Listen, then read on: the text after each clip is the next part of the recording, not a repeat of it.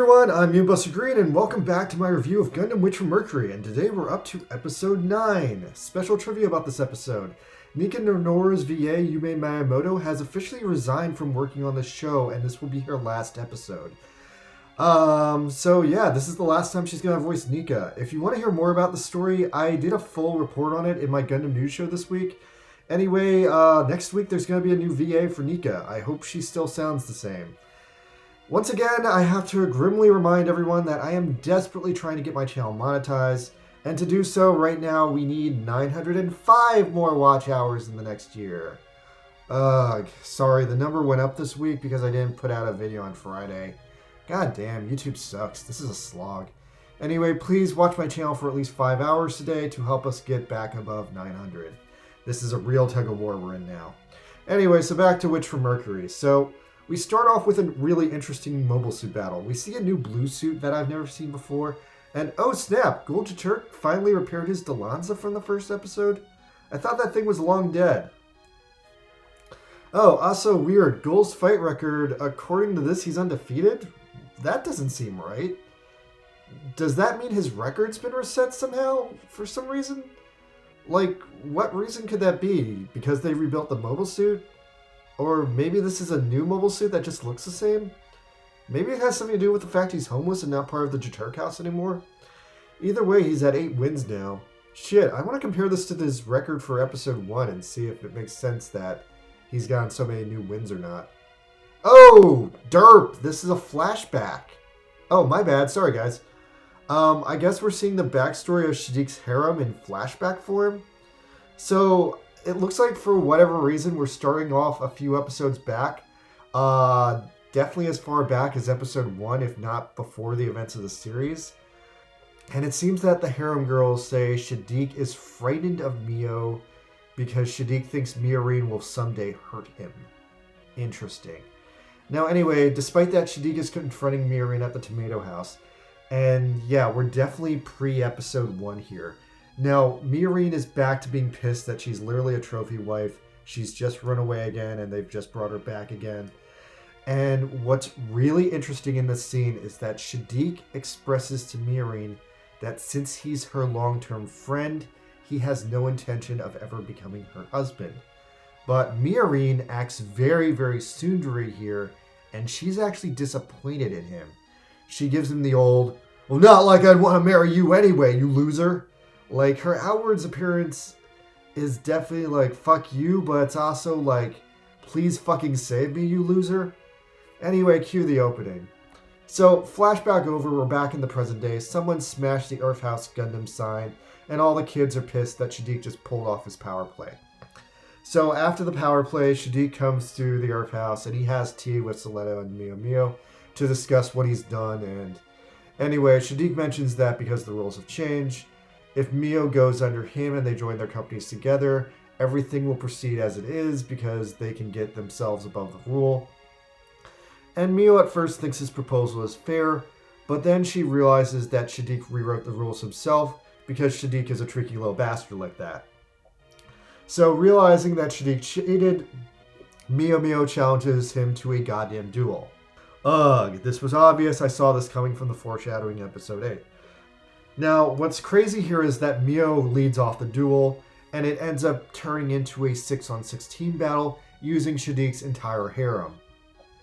Now, the Earth House is instantly fucked by default because they only have the Ariel and Choo-Choo's Demi-Trainer custom. Now, Mio further ups the stakes by requesting the battle be live streamed internationally so the entire world can see the last of the 3 Mobile Suit House branches be defeated by the Gundam Ariel, which will be really good advertising for a company, and it's a super ballsy move on Mio's part.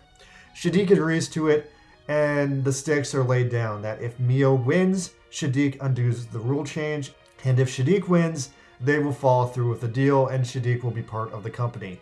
So either way, the Gundam Company's future is now safe. With this set in place, the battle is strictly to determine whether or not Shaddiq will be involved in the company and act as a kind of middleman / parasite. And also, for some crazy-ass reason, the bitchy girl with the pigtails wants to fight the big girl with the pigtails. Now, nobody knows why they have beef with each other, but taking a wild guess here, because they both have pigtails, And there can be only one. Alright, so for the rest of the episode, they have to scramble up a 6-person Gundam team. Now, Mio thinks that first they can use the Fair Act, and this will give them 3 suits and 2 pilots. But the Fair Act is fucking dangerous and will probably kill its pilot. Big Girl joins in the team, so now they're up to 3 suits, 3 pilots. Martin is asked to join, but he refuses because he thinks Gundams kill their pilots. Anyway, Mio closes out the meeting, and then everyone's like, where is Nika? Now, Nika is having a major character moment off screen where she chastises Zanelli for doing underhanded things. He calls Nika a go-between, however. Now, why would she be a go-between? Who is she a go-between for? Is she a go-between for Miorine? Is she a go-between for the Earth House? Or is she a go-between for some greater Earth faction previously only hinted at? Nobody knows. It's suspenseful.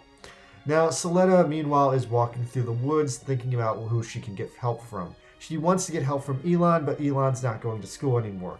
And while she's walking around thinking, she runs into Golja Turk, because this is an obvious setup.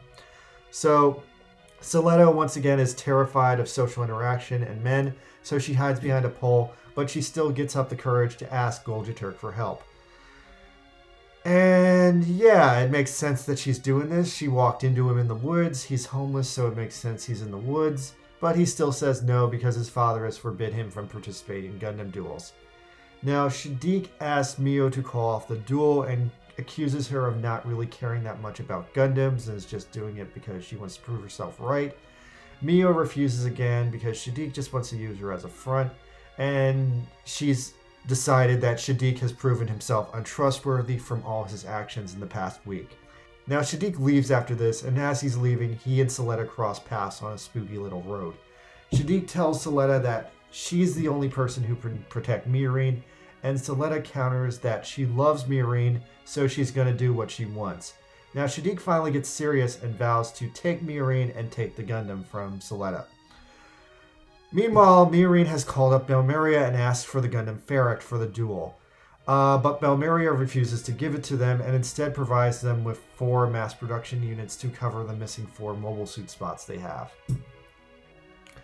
Meanwhile, off-screen, OG Elon mentions that they absolutely cannot hand over the Gundam Fair Act because if they analyze it, it will reveal too much of Pale's long-term plans, and also drops that he's only allowing Bell to help Miorine because he's hoping in the long term Bell will help Pale do corporate espionage and steal some of the Gundam Aerial's technology through the corporate espionage arrangement.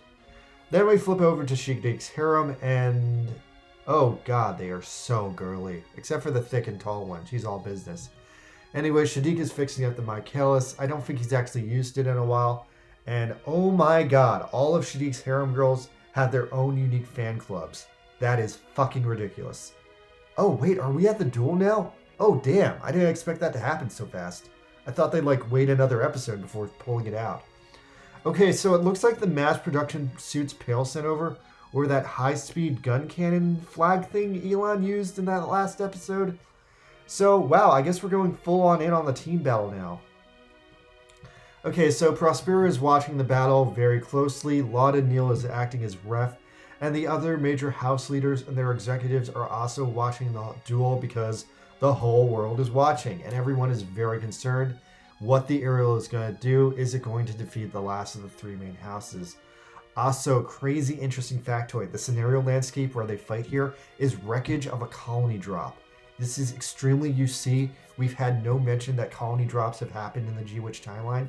So what the fuck is happening here? Does this confirm a colony drop has happened? Anyway, so Shadiq immediately tries to kill Choo Choo because of her unique tactical position on the team and because she has a unique customized mobile suit. While this is happening, Shadiq's harem just make quick work of the mass production units and quickly once over the team. Also, extremely interesting side battle happens between the 2 pigtail girls. Apparently they're fighting over a man. Also, really cool here.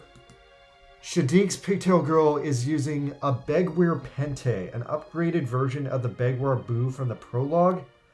Oh, I guess actually all Shadiq's harem girls are using it, but we really only get a look at it here when it's fighting the pigtail girl. Oh, also lol, apparently this pigtail girl is mad as fuck because apparently a boy she wanted to date almost dated the big girl instead. And, oh, wow, actually, no, she's mad that the big girl turned the guy down and offended his honor or something. Okay, I guess that works. Wow, this chick is fucking insane. You really can't win with her. Okay, so at this point, almost all of the Pale MP Zawart units have been destroyed, leaving only the Ariel and Choo Choo left. Wow, I love the fucking matchup board here. Anyway, Ghoul realizes how bad this duel is going and kind of regrets not helping out Soletta. Then his dad calls him with even worse news. So after living in the woods for 2 weeks, Ghoul's dad has decided that he's not a good Gundam pilot. He's bad at Gundam duels.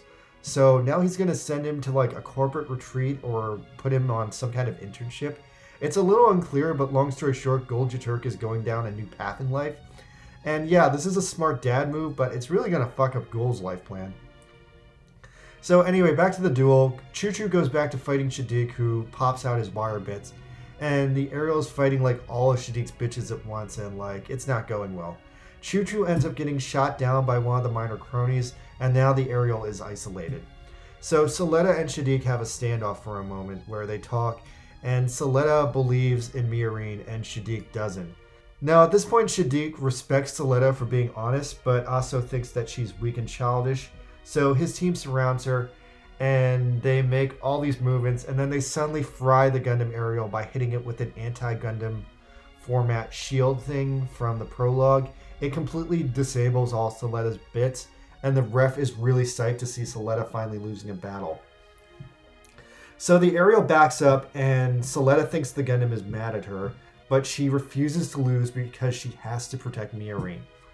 And Soletta, she gets the Ariel Gundam's Psycho Frame to restart, and the Psycho Frame actually upgrades from red to blue, and then all the bits start up, and Soletta fucking kills Shaddiq's harem like instantly with the bits.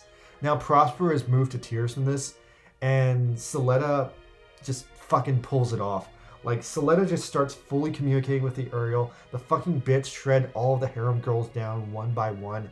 Shaddiq actually manages to blow off the Ariel's leg, but in an unexpected twist while Shaddiq is fucking gloating, he gets his head shot off by Choo Choo's demi-trainer because Choo Choo is a fucking goddamn sniper unit. Fuck yes.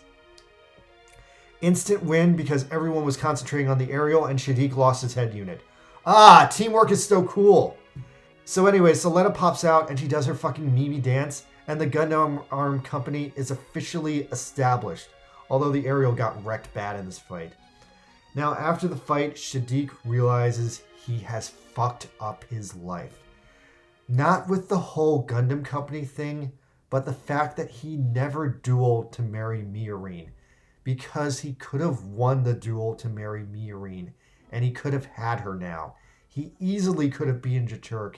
He wouldn't have started a fight with Soletta.